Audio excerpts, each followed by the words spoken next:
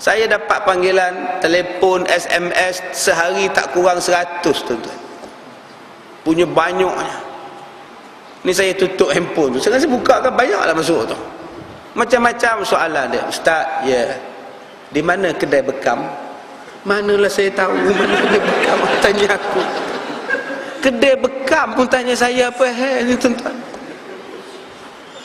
Semalam saya dapat 3 mesej minta tolong carikan jodoh. Ustaz, tolong carikan jodoh untuk kawan saya, umur 26 tahun. Banyak.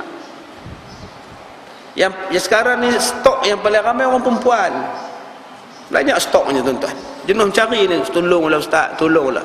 Yang paling muda 19 tahun, yang paling tua 66 tahun. Minta tolong cari jodoh. Tu pun satu hal juga nak nolong orang. Satu makcik datang, Ustaz, kalau boleh carilah suami untuk makcik seorang. Makcik pun nak juga. Sunyi Ustaz. Jadi siapa yang berhajat eloklah. Umur 66 ya, pencen cikgu kemas. Tak ada bohong ni, betul tuan-tuan. Masalah kita ni, kadang-kadang orang hutang tak bayar, kadang-kadang suami panah baran, kadang-kadang isteri cepat merajuk. Kadang-kadang kita ni berhadapan dengan masalah mak mertua, masalah dengan mak, masalah dengan adik-beradik. Semua orang ada masalah. Ada orang yang kena buang kerja. Kerja kilang ni kerja sebulan tutup. Kerja kilang lain pula udah bosnya mati pula. Kerja kilang lain pula udah kena potong pula elektrik, tak bayar. Seksanya kerja, ya Allah. Macam mana nak jadi hidup senang? Ada orang yang kerja siang sampai tengah malam, tapi masih lagi tak boleh hidup dengan senang. Hutang berkarat-karat, melipat-lipat hutangnya. Ada orang yang anaknya cadang tak nak anak ada Ustaz, datang juga anak Ustaz gitu. Dah 8 dah anak, jadi lagi. Nak buat macam mana Tuhan bagi. Semua orang dia tak faham rezeki Tuhan bagi. Kamu bukan tu lepas mengandung tu. Tahu ini mengandung lagi. Itu dia tak tahu lah. Rezeki Tuhan. Pantang sentuh, asal sentuh jadi, asal jadi sentuh. Tapi Tuhan Maha bijak. Allah bagi senang, Allah bagi senang mengandung, senang beranak untuk dia. Allah Maha adil. Allah Maha adil. Tu yang dia bersalin tu. Dia bersalin tu keluar ambulan, atas troli tu dia bersalin di hospital. Tak sempat dibawa masuk dalam bilik bersalin. Orang punya ramai tengok. Yang ada handphone kamera bukan duk ambil gambar. Hebat tuan-tuan. Masuk dalam bilik tu nangis dia. Nurse kata sabarlah kak. Taklah mudah sangat bersalin, kadang-kadang malu juga, tak ada nyempat-nyempat bersalin. Orang tengok malu tadi, geram je kata dia. Biasalah kak, orang lain lagi teruk kak. Yang tahun lepas kak, dia bersalin depan pintu pagar hospital, lagi ramai tengok. Akak kira okey lah tadi. Yang tahun lepas tu pun akak juga kata dia. Udah 2 kali dah.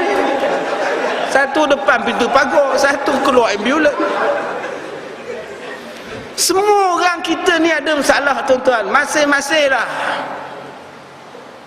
Jadi kalau tuan-tuan nak mencari kesenangan, ada orang tak ada duit, masalah tak ada duit. Ada orang yang ada duit, masalah ini. Ada orang tak ada suami, masalah ini. Ada orang ada suami, masalah ada suami pula. Maka Allah Ta'ala memberikan kepada kita, apakah jalan-jalan rahsia-rahsia untuk kita jadi senang. Cuba tuan-tuan tengok pada setiap hari Jumaat, berapa banyak masjid-masjid yang orang letakkan flyers, yang orang letakkan risalah-risalah. Bagaimana ingin menjadi jutawan. Cuba tuan-tuan tengok dalam surat khabar hari ni. Semuanya yang artis jual ubat, tunjuk iklan ubat, gunakanlah. Yang kawan ni pula tunjuk kereta, dia ejen jualan langsung. Bagaimanakah anda nak menjadi seperti saya? Nampak tu, semua nak jadi kaya belaka. Cuba tuan-tuan baca ni, tuan-tuan hanya ikut 3 benda ni, tuan-tuan jadi senang. Ada masalah tuan-tuan boleh selesaikan, tidur tuan-tuan boleh selesaikan, hidup tuan-tuan boleh selesaikan, balik rumah rasa tenang, datang masjid rasa seronok, pergi kerja rasa tenteram, bila duduk dengan isteri dan anak-anak rasa aman, bahagia. Apa cara dia? Allah Ta'ala sebut, فَأَمَّا مَنْ أَعْطَى وَاتَّقَى, maka barang siapa di kalangan kamu yang rajin memberi. A'ta ni maknanya memberi, rajin bersedekah. Yang kedua, wattaqa, barang siapa yang bertakwa, dan barang siapa yang rajin berderma, rajin bersedekah. Itu syarat nombor satu nak jadi tenang. Syarat nombor satu nak jadi senang dan tenang dan mudah. A'ta. Pagi ni tak ada lagi edar tabung. Mana ada orang edar tabung lagi? Walaupun tak ada edar tabung, carilah tabung. Ada tabung masjid, ambil duit masuk. Jangan keluar gitu aja. Kamu tak ada derma ke dekat masjid? Dia orang tak ada edar tabung. Tak ada edar tabung, carilah. Ada tabung, tabung duk cokong aja. Mana boleh tabung tu berjalan, pak cik derma, pak cik melainkan orang bawa. Ada ke marah ke tabung? Dah tabung tak minta, macam mana aku nak bagi? Memang tabung bukan ada suara. Kamu yang ada kaki, kamu yang ada tangan, panjangkan tangan. Bukan panjangkan tangan mencuri, panjangkan tangan menderma. Pendek tangan baru mencuri, panjang tangan menderma. Bila tabung berjalan, tabung nampak? Tangan panjang tak? Mencuri baru pendek tangan. Pi duduk belakang, tepuk ni pukit kawan tu, pap, sagut, rebut, ragut semua. Dia pendek tangan. Jarang tuan-tuan orang mencuri panjang tangan. Bawa duit, jarang tuan-tuan. Dia meragut dekat-dekat, pergi dekat, pap, dia tarik. Itu nama dia pendek tangan. Yang pertama sekali sedekah. Rajinlah bersedekah tuan-tuan. Tuhan mudahkan kita. Kita nak dapat projek, kita di sini businessman, rajinlah sedekah. Jangan bila dapat projek baru sedekah. Sebelum dapat projek sedekah dah. Anak yatim dibantu, fakir miskin dibantu, insya-Allah Tuhan lorongkan rezeki pada kita. Banyakkan menderma. Ini tidak tuan-tuan, kita kadang-kadang menderma tu pun ada sebab. Kadang-kadang menderma tidak ikhlas. Nak nama ditulis di whiteboard, di papan hitam, baru kita nak derma. Kalau besar-besar 1000 tulis nama, kalau RM1 hamba Allah. 1000 tulis nama saya ya, tulis 1000. Cuba RM1 nak tulis nama aja, tak payahlah, halal lah. RM1.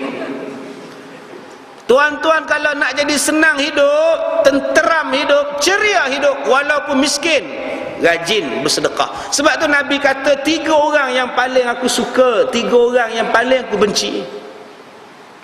Yang Nabi suka siapa? Kata Rasulullah, yang aku suka ialah orang yang rajin bersedekah. Allah suka. Tuan-tuan datang pagi ni bawa nasi lemak, Allah suka. Ini kita tak bawa apa, yang kita tanya dia, ada nasi begini, kerja dia tanya je, cuba dia bawa, confirm ada. Cubalah jadi orang yang bersedekah. Kamu bawa nasi 10 bungkus, aku 10 bungkus, kamu pun 10 bungkus, udah 30 bungkus, akhirnya ramai boleh makan. Inilah nama dia a'ta, memberi dahulu, nanti Tuhan murahkan rezeki. Nabi kata orang yang aku suka ialah orang yang bersedekah, dan yang paling aku suka orang yang miskin bersedekah. Saya nak sedekah apa ustaz? Saya pun susah. Walaupun dia susah, dia boleh bersedekah, paling Nabi sayang. Yang kedua kata Rasulullah, yang aku tak suka, yang aku suka ialah orang yang tidak sombong. Nabi suka orang yang tidak sombong, walaupun dia bukan orang Ipoh. Selalunya orang Ipoh je tak sombong. Ipoh Mali ya, tak sombong lah, nampak? Itu Ipoh. Walaupun dia orang Kulai, dia tak sombong. Allah sayang, Nabi sayang. Nabi lagi sayang orang kaya yang tidak sombong. Nabi lagi suka orang yang kaya tapi tak sombong. Kaya dia, pangkat besar dia, duit berjuta, juta rupiah, punya banyak duit. Subhanallah, ya Allah. Banyak duit dia tapi tak sombong, rendah diri, tak tahu dia jutawan. Itu paling Nabi suka. Yang ketiga yang Nabi suka, orang yang berbuat